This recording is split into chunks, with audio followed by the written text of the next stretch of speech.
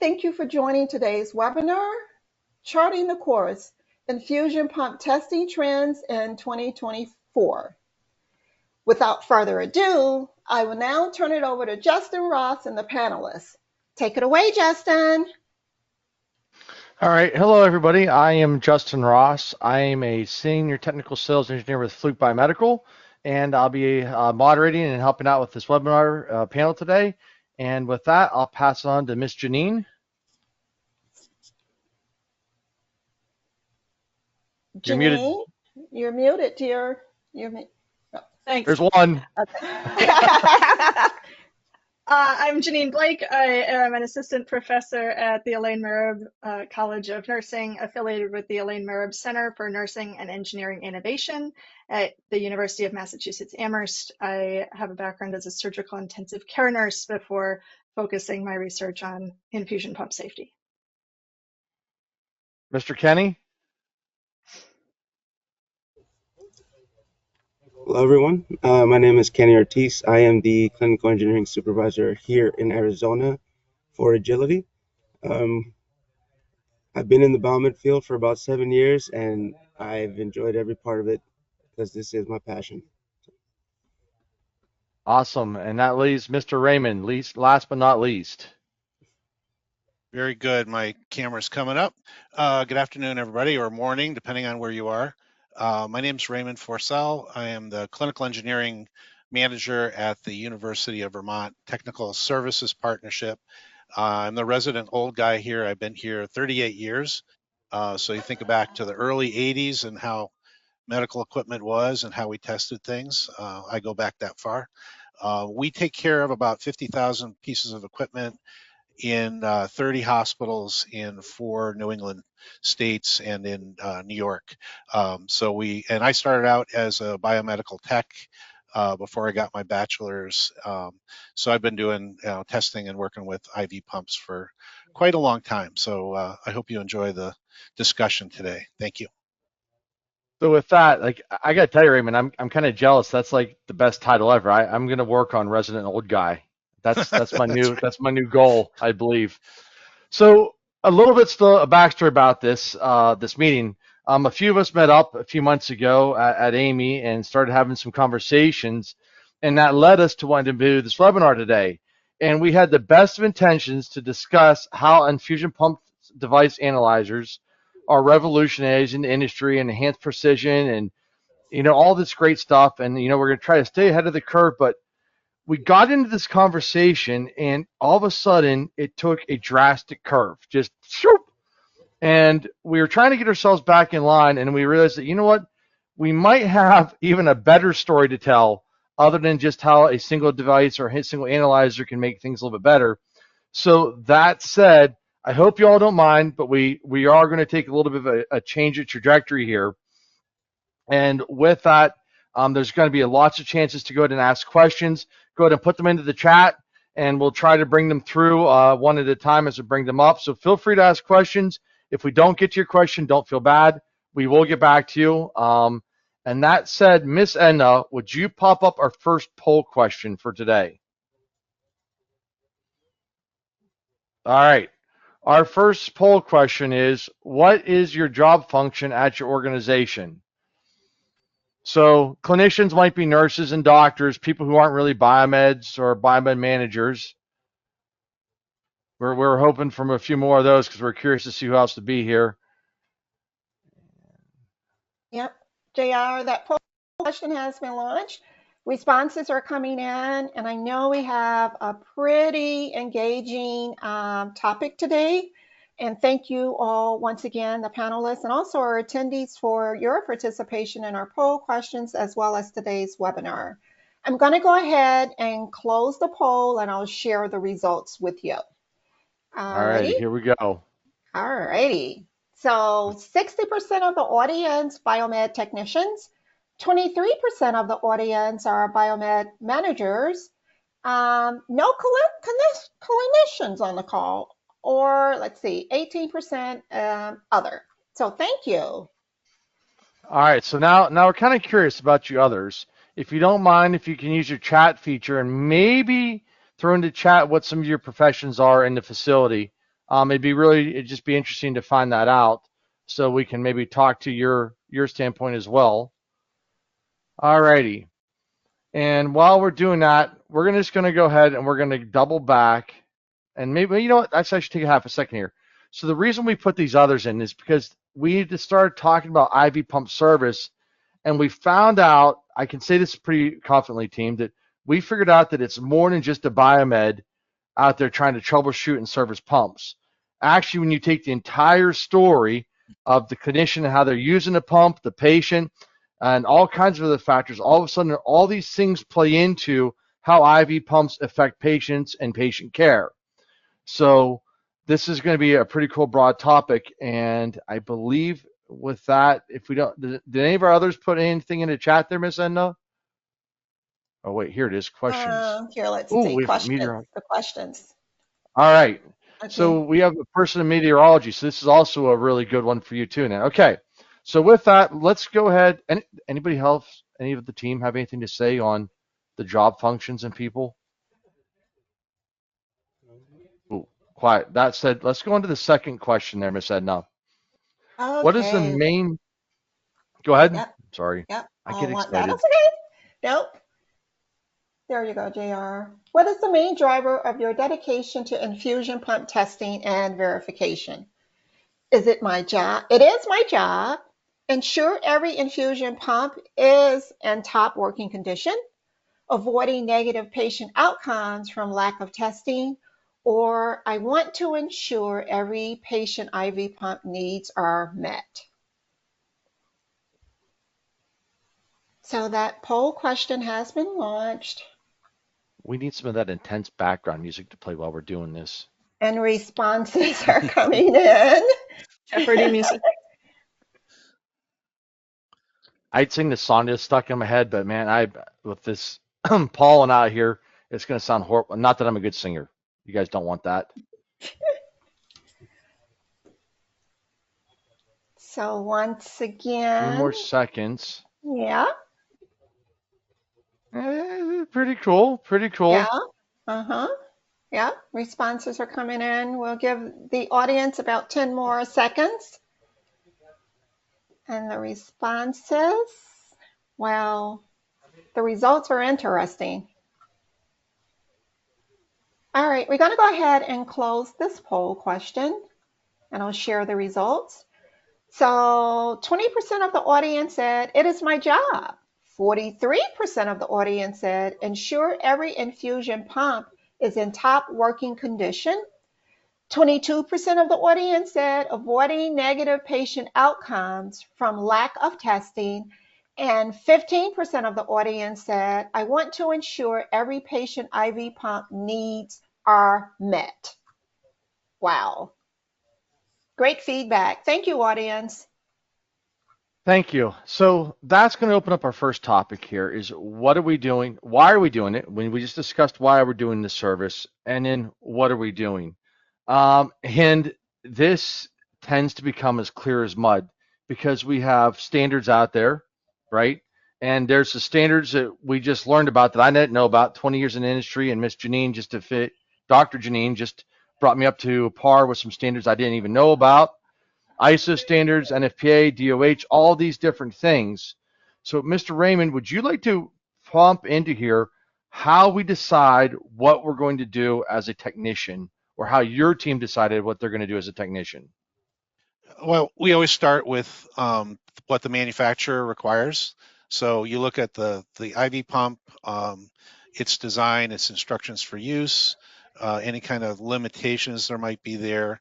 So that's where we always start off with, and I think that fits with CMS requirements for testing, and then we look at certainly everything goes back to the patient in terms of is the IV going to be, accurately delivered over the proper amount of time, are the proper security and safety features in place to alarm and let the clinician know if there's an occlusion, error in line, anything like that. So it's kind of, from either end where we're talking about manufacturers' information, but also right to the clinician level, because ultimately, getting the proper medication to the patient in the right amount is going to be what is going to hopefully, serve that patient to the best ability possible. That's very true. And I'm in and out of a lot of biomed shops across the United States and outside our borders. And it's interesting as we go through these biomed shops, you can see the same make and model of IV pump in different locations, and different people are beginning servicing it slightly different ways and using different tools. One of the things I catch on to a lot is like a pressure meter that might not catch the peak pressure. And do we have the attention span to sit there long enough to have that happen, and where we see that? Or the tolerances where a manual might call out one tolerance, but quite honestly, you just can't get the beaker or the scale that has the right tolerance to do the job. Um, so with that, Kenny, do you have anything you want to throw into there as you guys are looking into IV pumps, and you service a lot of IV pumps? Yeah, so I mean, I was looking at all four of those answers, and for the most part, I feel that everyone kind of just all four of them really should be in your, in your sense of what you're doing for your work, but at the same time, you have to figure out which one is more important to you. How do you prioritize where all these stand up? And for me, it's as a biomed tech is if I have a family member that's in a that's in the hospital, I want to make sure that they have their infusion is through equipment that is tip top. It's gone through its calibrations, gone through repairs accurately. Everything has been done the way it's supposed to be done according to a manufacturer, and it gives me peace of mind knowing that the units are working properly, and that's the same that I would like to give to not just the customers but as well as the patients and those patient families that want to make sure that everything is being taken care of as accurately as possible. So with that, I know that there's a lot of places that we like to use AEMs. It's just hard to get through all the equipment in a day. I know when I was a tech, we started off with a few hundred pieces of equipment per technician. By the time I joined the Fluke team, we were over 1,000 or so pieces of equipment per technician. Does anybody want to chime in and talk about how you choose which of the steps you're going to do and which of the steps you might merge with others, or how you're looking at when it comes to your AEMs? If you're using any AEMs or alternative equipment maintenance programs? Yeah, I guess I'll start. We do apply AEM. We do an assessment. We look at a lot of history, about 4 years worth of failure history that would be affected by maintenance. So, random failures we don't include in that, but we look at, how many failures could have been affected by changing the maintenance, either upping it or doing something different. And that becomes our basis for, determining if we're going to change. And typically we don't change what we're testing. Um, we're looking for opportunities maybe to either, like with batteries, for instance, we might even go to a shorter interval or a longer interval than might be suggested by the manufacturer based on history, and that might vary from site to site too. It may be different for one model and make of device versus another. And it might even be for the same device, different in different facilities based on how they use it. So it's all a data-driven process for us. But typically, in terms of what we test in the field, it's pretty much kept right along manufacturers' lines. Oh, awesome. Kenny, you have anything? I know I'm holding you back, Janine. I know you're where this is going. So, Kenny, do you have anything you want to tap into there, buddy? Yeah, so I mean, we do have a checklist that every biomed tech has to go off of. It covers basically everything that should be in the service manual and in just checklist form, rather than having to read through everything on the service manual. It is a checklist that we follow. We make sure that we get all those parameters. Setting it up is not just a visible diagram; it's also written for you so that you can make sure that you're setting it up correctly. And yeah, you're right. It is hard to have those kinds of like a PDF available to you if you're in a hospital where you just don't have you don't have internet access. You need to be able to go off of those checklists, and you know time is of the essence, really. We were trying take care of a customer that's maybe an hour away and you don't want to have to go back. It's a lot of it. It really is, how you manage your time, how you manage this testing, and just making sure that you are following through on how accurate and the quality of your work. I have one more question with that for the two of you. As you're looking at these procedures, revision control. How do you guys address revision control and making sure that your techs have the most up-to-date procedure? So, Uh, um, Go ahead, Ken. with Agility, we do have a quality department that um, we reach out to manufacturers and we verify that service manuals are up to date. We make sure that we cross-reference any new key points that might have been added to new revisions of those service manuals, and that's something that is done on a monthly basis so that we can make sure that we are accurately performing these tests um, to the manufacturer specifications on a regular basis. Yeah, we have a procedures development team that looks at current procedures and rewrites them. It's kind of a cross section of technicians, clinical engineers, and leaders that we look at the history, look at the changes in technology, and write our procedures based on that, and then update them periodically. Awesome. Now, Janine has a very unique background, and I don't want to steal her thunder, but Janine, you worked as a nurse in the ICU, correct? Make sure I get this right. So Yep. with that, you actually got to use these IV pumps on patients, and we've had a few discussions about when you're looking at these IV pumps and these procedures. Does anybody actually really know the science behind that, how the pump's running and how its applications and some of the challenges? So do you have any input on, like, maybe a clinician should be part of that biomed team and how they input when it's considered So, really these procedures? so that's a challenging question, right? Most of these questions are going to be challenging for me to answer in a parsimonious way, but um, from my time as a bedside nurse, there was some overlap with my research in infusion safety.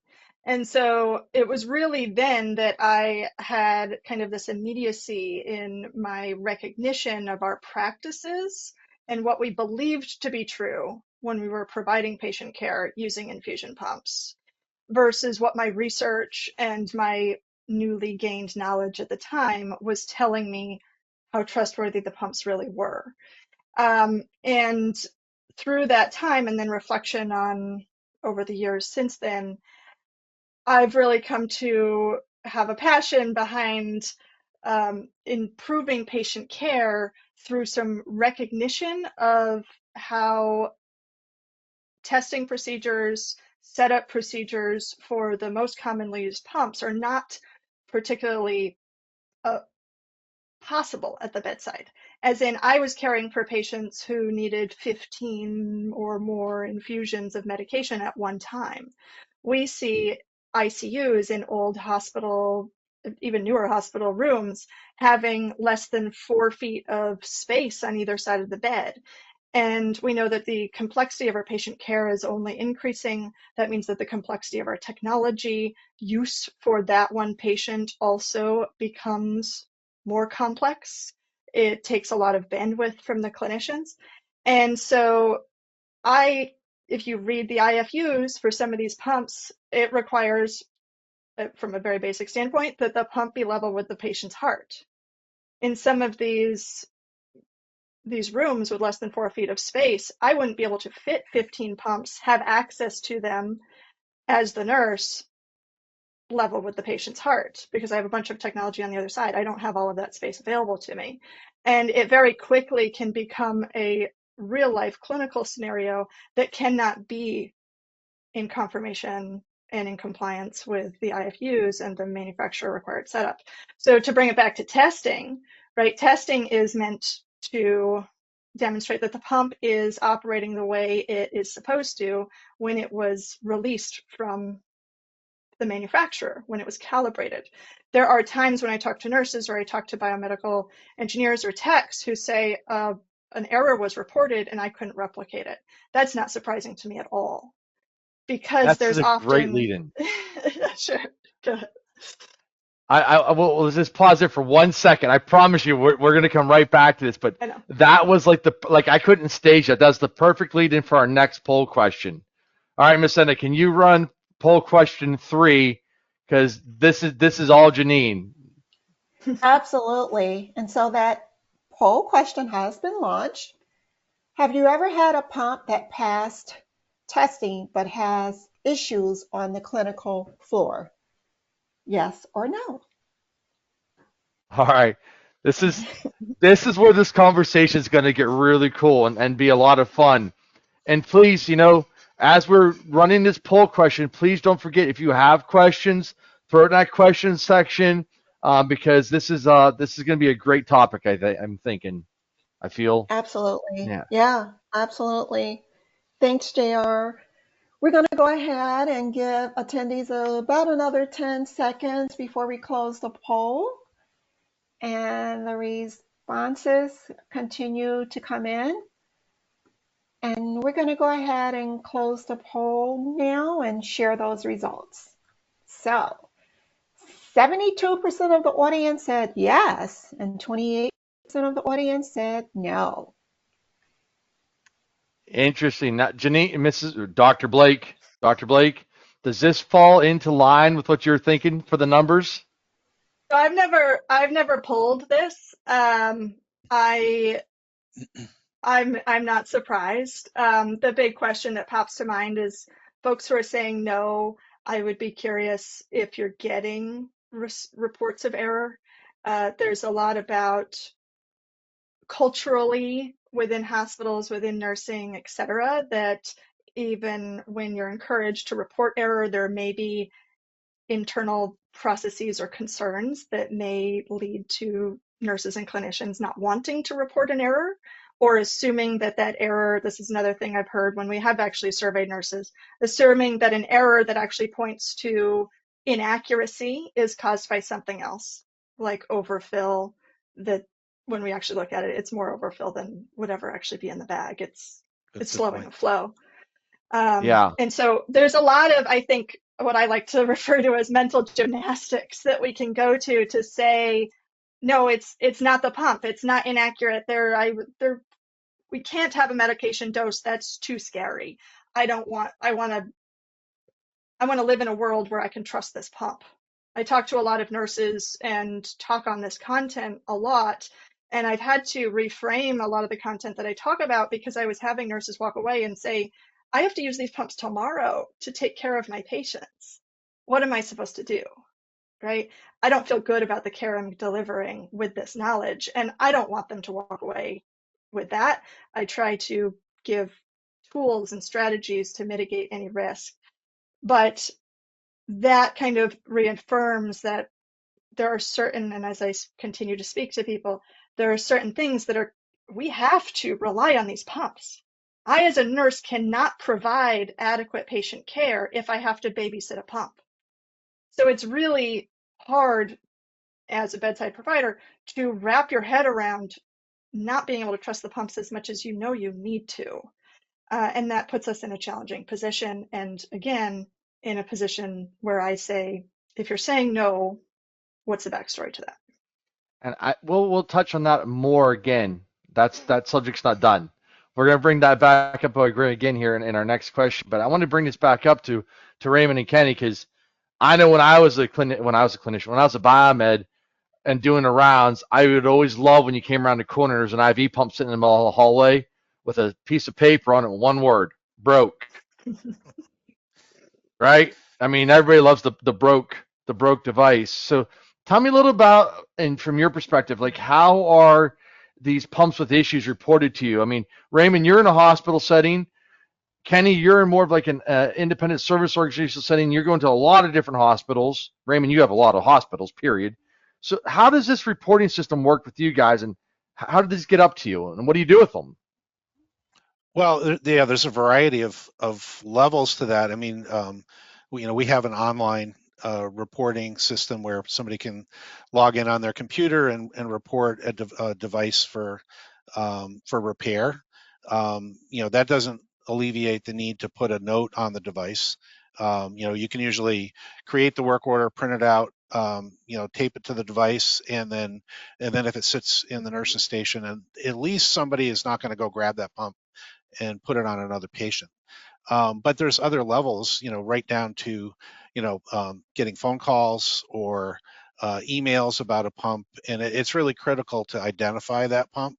If it's got a control number or some other, it's called Edna or Justin, to use the right idea or ID for that device to make sure that we know which pump we're looking at to repair or to test. So there's that gradation right from the note with broke on it that we have to deal with right up through, a very well written, online request for service on an item. So there's a big spectrum there that we have to deal with. We should have made that a poll question. How many people have found an IV pump with the word broke and only the word broke? Kenny, tell us a little bit about your world, man, and how you guys are taking care of these pumps with possible issues. So similar to what Raymond said, we also have an online service that you can use. It's also an app, and within the app, you can just do something as simple as take a picture of the asset ID number. It will pull up all the information on that unit. It'll state who created that work order so that if we need to, we can speak to that individual about what happened with the pump when it broke, when they say it broke, if there's what part of it is broken, what they visibly saw, anything that we can, reach out to for more information if we have to. And, similar to what Ray said, it's not just the web, not just the internet, it's not just the app, it's shooting a text message to the assigned technician for that facility, giving a phone call to myself as the lead supervisor for them, just having that information, having more information than just the word broken on a piece of equipment is always a huge step up for us. And in order for us to also make sure that we collect the correct pump, we also have these red tags that you can place on the device that you can put down, your name, what you saw, and when we'll be coming to pick it up. Just it comes in so many ways, but it does kind of get lost, because there are, as Janine had said, there are times where these pumps do, quote unquote, go missing, and next thing you know is these units are due now for PM, and it's 2 months later, and we find them hidden in a cabinet somewhere. So, that's how we normally get those those requests. Let's take that question. Let's split it into two pieces. That statement is split into two pieces. And we'll get the second one here in a minute. The first one is, okay, so if we start back to, we have a pump, we test it out in a biomed shop, right? And it tests fine on the bench. We're running the OEM. Maybe we're going to run the OEM procedure exactly by the book. We're going to use distilled water. We're going to use a scale. We're going to use an analyzer. We're going to use whatever those test methods, and it's working. So it goes back to the patient floor, and it gets kicked back. I mean, I guess there's two things that could happen here. It might not even go back to the same clinician. It could just go back in general circulation. But if it does go to the clinician and it gets kicked back again, do you ever see where it gets kicked back a second time for a similar issue or something that you couldn't duplicate? I personally haven't seen it, but I would not be surprised. I've definitely seen work orders come through where I've had technicians say, hey, they're saying that this unit won't connect, it just won't turn on, whatever the case may be. But we get there and it's ready in less than 2 minutes because it was a simple, user error, but that's not always the case. But yeah, me personally, I haven't seen anything come back for the same thing twice. Hopefully the technician that showed up to do that was able to, whether educate or just inform the staff, like, hey, this is how you should be working with this unit, and that explanation in itself should be able to cover a lot of nursing staff that maybe wasn't there at the beginning part of that issue. How about you, Raymond? You're in the hospital setting, so it's a little bit more, I don't know, is the word I want to use, more personal, more intimate, where you guys have staff walking around. How do you guys handle, or do you have repeat failures? And if so, how are those handled? Yeah, I think it's rare to come back for the same thing twice. If it is, it throws up a red flag, which begins a process to find out what else is going on. You got to think with IV pumps, they're very much dependent upon the set, the disposable set. So you got the set or syringe or cassette.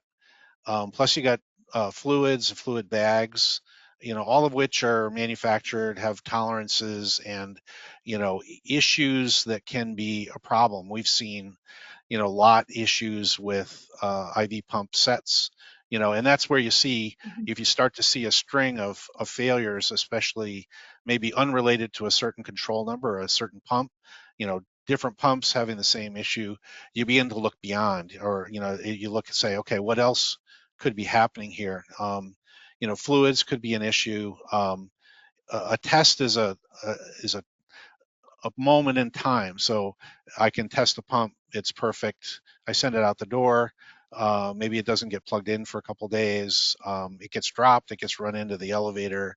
So you got to look at what may have happened since it left the biomed shop or since it was tested on the floor. Look at there might be, with a single patient, there might be something going on there where you get a lot of occlusions and it turns out to be an issue with the catheter or some other issue with the patient. Maybe it's gotten outside the vein or something. So you begin to look in a much larger scale, and that's when working with the clinicians is really important to get the backstory. Somewhere between broke and a nice simplistic, a simplified report. You might need to go, if you see multiple things, is to really have a sit down with the nursing staff, because there might be something there that it's not their fault. It's systematic or something else that really needs to be ferreted out and addressed with the company or whatever. Now it's just going to, it's a great lead in. Janine and I had a great conversation the other day on the subject, but it tied right into this about, there's so many things, I know as a technician, I never had a chance or the time to read the theory of operation and, the clinical side of it. I always had to read the technical side of the paper. So we understand as a biomed, the technical side of things and how to test it and how to set it up and those things and maybe how to network it and make sure there's the right drug library. But Janine brought up some great points from her side of the aisle. There's other documentation. And do you or the nursing staff have time or have ever read those things? Janine, do you want to fill into there a little bit? There's so much I could say. Well, if it helps So you out, we just had a great pop in from one of our audience. It says biomed equals basically a detective. They are not yeah, wrong. yeah. I would say as long as you recognize that that is your role. I think that there's a lot of folks who don't necessarily see it that way. And then on the other side, from the clinical side, if you come asking me questions, why are you asking me about my practice? So that kind of becomes an element of what is the relationship, and this is going to be different within each institution, in each hospital. What is the relationship that has been built between biomeds and nurses? I know that when I was in practice, it was very much at arm's length. I wouldn't have necessarily known, I wouldn't have known who to call except for some extension on my phone that said biomed. I didn't know who was going to be on the other end of the line. It wasn't something, biomed wasn't a department that I was calling regularly enough to pick up the phone and know that Kenny was going to answer if it was 11:30 at night on a Friday, and that we had a rapport. For me to then talk about a problem I was having. I saw problems all the time, and I honestly can say about infusion pumps, I never said anything. It wasn't something, it was so ubiquitous. It was happening so often. Under infusion, we'd come back and there was a bunch of fluid left in our bag after the pump said that our infusion was complete. I didn't know who to bring that to. I didn't know that there was somebody who would be the detective, because I didn't know what could lead to that. And a lot of the time, what nurses are told is that it's user error. And there's a quote that I found recently, and love actually, and I have it up here, that says human error in medicine and the adverse events that may follow are problems of psychology and engineering, not of medicine, Ooh. not of how we practice, right? This is human factors engineering is very much focused on eliminating as much training as possible. Training is not the answer to a technological solution. So or a technological problem, a technological solution is the answer. So that can only be a short-term solution. Unfortunately, clinicians, especially nurses, who, as the saying goes, are the ones holding the sharp end of the needle. We're the ones who actually deliver the medication. And if there's an error, it's most often in delivery and administration that that error occurs. So it can be an uncomfortable place. And the culture around error reporting and investigation is really impactful on how much error is reported, how much it's recognized, how that system is then interrogated to really find a solution. And that's a great point, Janine. I know back when I was, and I still work, I help a lot of people out with their CMMSs and building procedures. And I know when I look at a lot of our CMMS systems where we're going to track the work orders and what we're doing and how we do it, there's some codes. There's, repair completed, and there's different codes. PM completed, no issue, non-found, stuff like that. And there's never really been a good one. There's sometimes you'll see one, and we make sure that it's fair to everybody, so it doesn't sound like you're singling out somebody. But how are these issues actually isolated? Are there open lines of communication between us as technicians and the clinicians, the nursing staff, and the doctors? Because that same device might have a different interpretation depending on who it is and how it's being operated. Yeah. So that I think I'm going to take as a good lead into our fourth question. How does, oh, sorry, and I keep trying to steal your job. No, that's okay, Justin. No worries. How often does your IV pump service team interact with the clinical staff? Is it regularly, as needed, or only when there is an issue? So we're going to give this is a really good Ooh, question, and yeah, responses it's are kind of coming cool in. watching all the numbers shift around from Yeah, our side. yeah, yeah. So All right, audience, come thank on, man. you. There's more of you Yeah, who haven't voted yet. Let's get yeah, those votes. And I want to see, let's see how many, if we can get every person on the call to vote on this one. This would be awesome. yeah. We're about This is, 2/3 of the team has voted. All right, we're getting there. Let me yeah, see. We're about there. A few more people. yeah. Really good question. So, okay, JR, we are going to go ahead and close this poll question and share the results. Let's see, 44% of the audience said regularly, 30% indicated as needed, and 20% of the audience said only when there is an issue. All right, Wow. before we open this up here a little bit, I want to throw another one in there, and maybe we should have prefaced this. This doesn't include, hey, I can't find my IV pump. Have you seen it? It's PM month. I can't find my last 10 IV pumps. I know they're hidden in the wall tile. They're hidden someplace in the ceiling. Can somebody tell me where that doesn't count as interacting with the clinician staff? This is like, hey, how's things going? Is there any issues? The real questions. I guess it was too late to adjust that. Anyways, so this. Yeah, I was going to say we could have added another layer to this of, when you interact with clinicians, what is the primary interaction like? Because I think Very that, true, and I think that's going to be a great point. A great point to talk about. You know what? I got so busy yapping, I forgot. And then, can you bring back the stats? I remember what was the first one that won that? Sure. Regularly, right? Regularly won that one. Yes. Here, let's see. Let me share again. Absolutely. Yes, that Yep. was 44%. Yes. And then as needed was the second one. As Uh-huh. needed was the second one. Okay. So that said, Justin, can I just throw in a all quick means. about hiding pumps? Because this is not the first time that I've been in a room with a bunch of engineers who mentioned nurses hiding pumps. And I just want to say to this group of mostly engineers, because nobody said they were clinical, is that this is a communication issue. This is a lack of understanding of what the other side does. So I was somebody who hid pumps. I was a nurse who hid pumps. I'll admit it.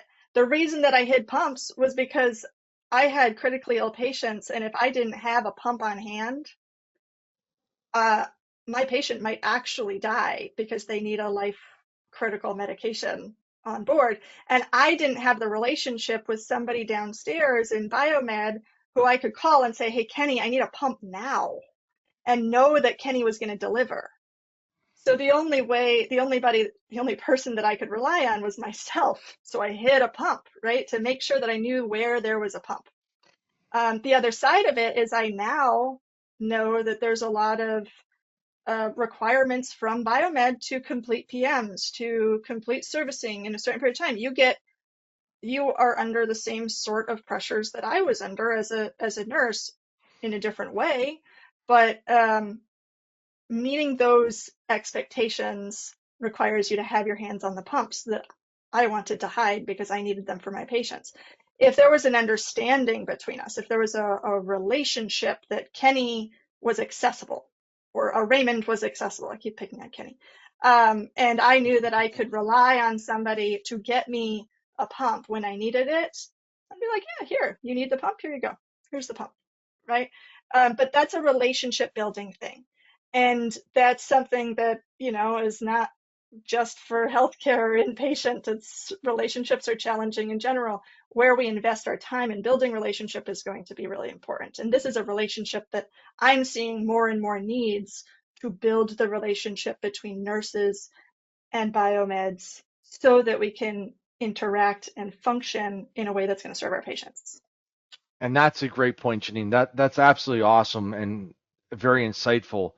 And now I want to flip this over to Kenny and Raymond, because for you two, this presents two different challenges. I know as a technician, we have a lot of work to get done in a day, just like everybody else in the hospital. And a lot of times we're in the hustle, and it might be the end of the month, and we're seriously just in get her done mode because we have got to get all those IV pumps done by the end of the month.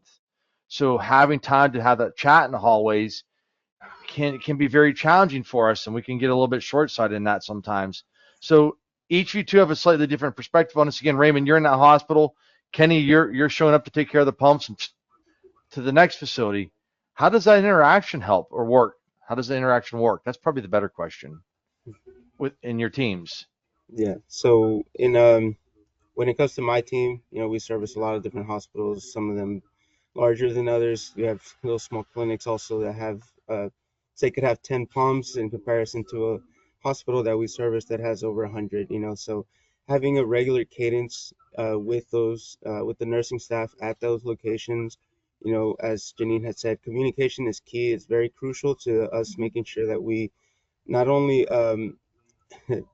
perform these maintenances on time, but also just kind of give the nursing staff a window that we can work around so that it doesn't affect their patients as much, and that communication, whether it's through a phone call or through a portal or just even an email, really, it can really play a huge part in how the pre-planning of something having to do with maybe more than 10 pumps in a day can really affect patient care. And yeah, that is awesome. Communication is key always. Yeah, we would, and we're in hospitals as small as critical access, 25-bed hospitals. In fact, probably more than 60% of our hospitals are very small. Only a few with like over 1,000 pumps. But in terms of testing, we would try to do it in the environment of use. So if there's loose available IV pumps, we would be, in the department doing those testing. So we would not be taking them away to the biomed department for testing typically. So we're trying to definitely minimize removal of service during routine testing. In terms of repair, if something's in, as soon as it's repaired, we would want to get it out the door back into circulation as well. So a call to the biomed shop maybe on a daily basis might turn up a few pumps that are just newly repaired or available for use, but generally as soon as they are done, they're out the door back into use.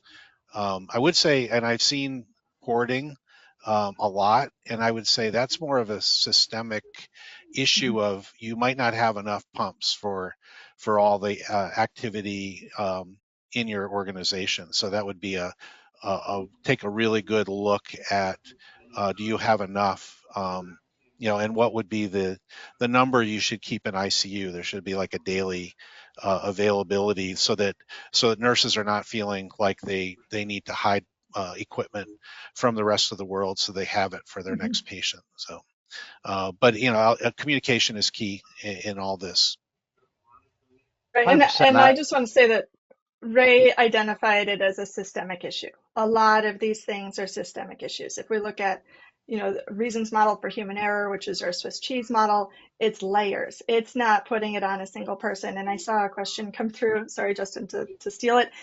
You're Which good, was dude. which Go, is man. a statement, just talking about essentially this comment says it's the charge nurse's responsibility to make sure there are enough pumps. Biomeds don't deliver the pumps at central supply, and then other hospitals have outside vendors. All of this may be true. I can say that I was a charge nurse for quite a bit of my time in the ICU.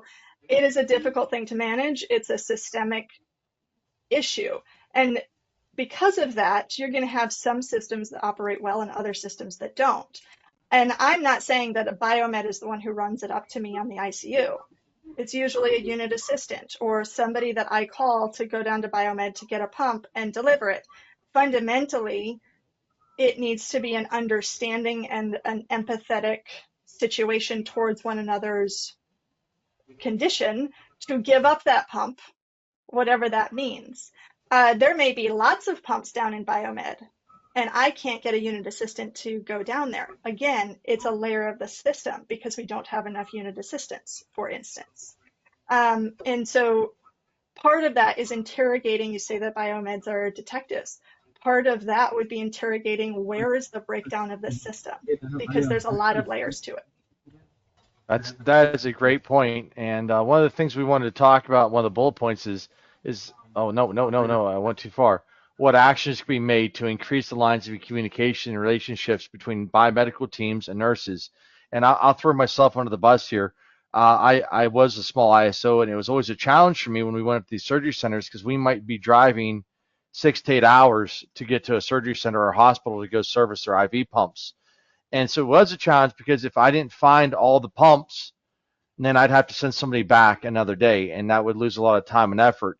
Kenny, I'm sure you face this, and so we relied heavily on these relationships, even to the point where I remember we would park outside of I don't want to say the nurses station, but the nurses area, and find a corner that was out of the way so we weren't tripping over people, and we would service pumps there, and we'd have a stack of cleaned, ready to go pumps. So if I knew I was down to my last 10, 15%, and 6 of them were in this one patient's room because they were an ICU type patient and had a lot of pumps on them, be like, hey, listen, I know you're going to be doing rounds. When you do your rounds, what can I do to assist you to get these last 6 pumps so I can get these turned right back over to you? And having those 6 there staged up and ready to go, while I would never hook them to the patient, I'd be the first person willing to roll them into the room, because when that nurse was happy, she was happy to feed me those last few pumps so I could be out of their way. I also became a firm believer in chocolate goes a long way. And bubble wrap. Bubble wrap could fix all the world's problems and stress relief. So chocolate and bubble wrap. But that was my strategy. Is there any other ideas that you guys have that could open up these lines of communications in between, probably more formal ones than chocolate and bubble wrap? They could open up those lines of communication between the biomeds and the clinicians. I think having a dedicated person within the staff that can kind of take control of it, take accountability for it, and just make sure that the communication is spread throughout the entire team.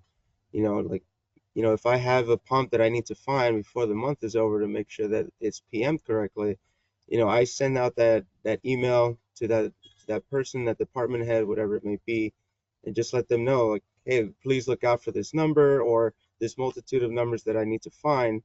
And for the most part, they're more than willing to, just because they know that if they happen to get a surprise visit by a joint commission or anything like that, those pumps will be taken care of instead of going back into hiding them in cabinets or whatever that is.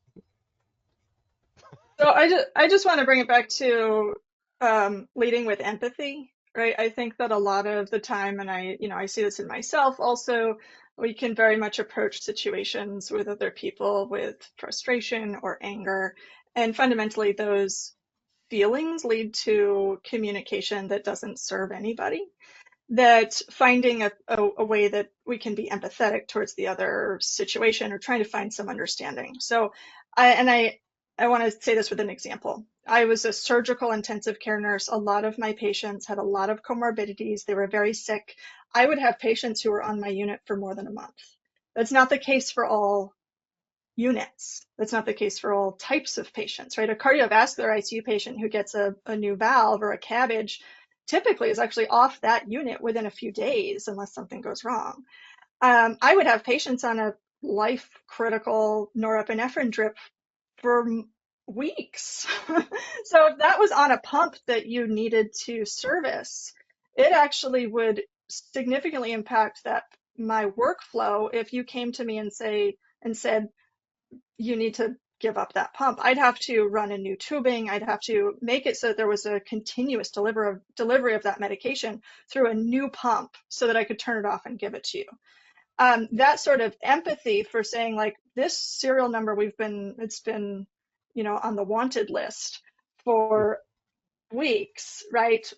Where is somebody hiding it? It might not actually have anything to do with hiding it. It might mean that it's attached to a patient who's dependent on it. And Yeah. that sort of empathy could lead to somebody like Kenny saying, hey, I really need this pump. Let's find it. I'm going to bring another pump with me and tubing and ask that nurse, what does she need in order to make this happen? And I will facilitate that as much as possible, right? So that we can work together to make it happen. And sometimes it's boots on the ground, things like that. With that, I'd also like to say, I didn't maybe mention it. I am a firefighter and a first responder, and things in hospitals can get a little bit weird. And I catch ourselves even when we're out in the field and doing your first responder thing. It's easy to get complacent. It's easy to get complacent and put on blinders because you have a job to do. You're tired. You have a million pumps that need to be serviced this month, and it's easy to forget that we're just one cog in this huge machine. And if we rough our edges and it doesn't turn very nicely through the machine, and it causes the rest of the machine to back up and break down. So that empathy and understanding of not just our job and everybody else's job really can go a very long way. Um, that said, I want to give you a chance, Sir Raymond. I don't want to cut you off, man. No, I You want agree with anything you the want to feed in commentary there? there. Yeah, no, I think it's in the case of a device that is in use, document that, document your communication with the clinicians if it needs to come back, or be discreetly labeled so that when it does come off that patient, that it go directly to Biomed for its PM. Then that is a good way to to both be appreciative of the clinical needs that are going on, but also of the documentation and preventive maintenance that needs to happen. 100%, 100%. Some of these relationships I built over the years working with the clinicians have been some of my best friendships that I've had, and it gave me a chance to understand their jobs and them ours, and it just turns out to be a very, very unique, amazing thing. Justin, can I respond to a question? 100%. I know I said I'd leave the multitasking up to you, but uh, so You're this question is about what actions could be made to increase the line of communication and relationships. I just want to yes, say so one reason that I left practice, I got a PhD, right? I ask a lot of questions. I was asking questions, I was bringing up things, and I didn't feel heard. I think a lot of nurses feel that way and they say, hey, this isn't working for me. And then because of, again, the system and the complexity of the system, it doesn't end up getting addressed. And what that tells the nurse is that their voice doesn't matter, right? It tells me that the energy that I put into thinking of this solution, giving the idea, is not appreciated.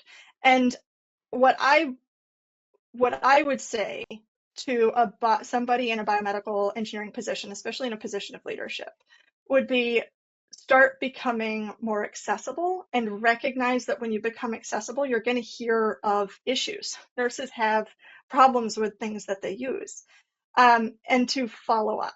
Because just going, and this would be the case for anybody, right? Just going to the nurse and saying, like, especially if you're there for a different purpose, you're there to figure out where a pump is. You might hear of another issue that that nurse is having and has been like, oh, you're the person I need to talk to. Oh, here's what I have to say. Write it down and follow up. Because if you don't follow up, then fundamentally you're telling that nurse again what they unfortunately hear a lot is that the energy that you put into this is not heard. And it might not be something that you're prepared to hear. It might not be something that you're there to interrogate or understand, but that building the relationship is going to mean putting the energy into those things, even when you have a different priority. They're telling you their priorities. You just have to hear it. That is true. Hey, we only have a minute or two left here, so if anybody has last second questions, I know we're not going to get to answer all these because there are a lot of questions coming in and comments coming in. Please go ahead and post your questions in these last few minutes so that we can make sure we follow up with you on it. And you know that, Jeanette, that's another thing I'd always tell people a lot is that I didn't always have the answer, and a lot of times I had to go back and research the answer, and I might even know who to ask. But then I had a team member and that nursing staff to go with me and start to search it out. So now we had two people seeking the answer versus one. Yeah. So, and I think one and of then the we build most out. human things is to not know. You know, be 100%. human. It's okay to not know. It's okay to need to look into the answer. But you need to not forget about it because there's a person relying on it. Correct. Lots of questions and comments about RFID tags and asset trackers and labels.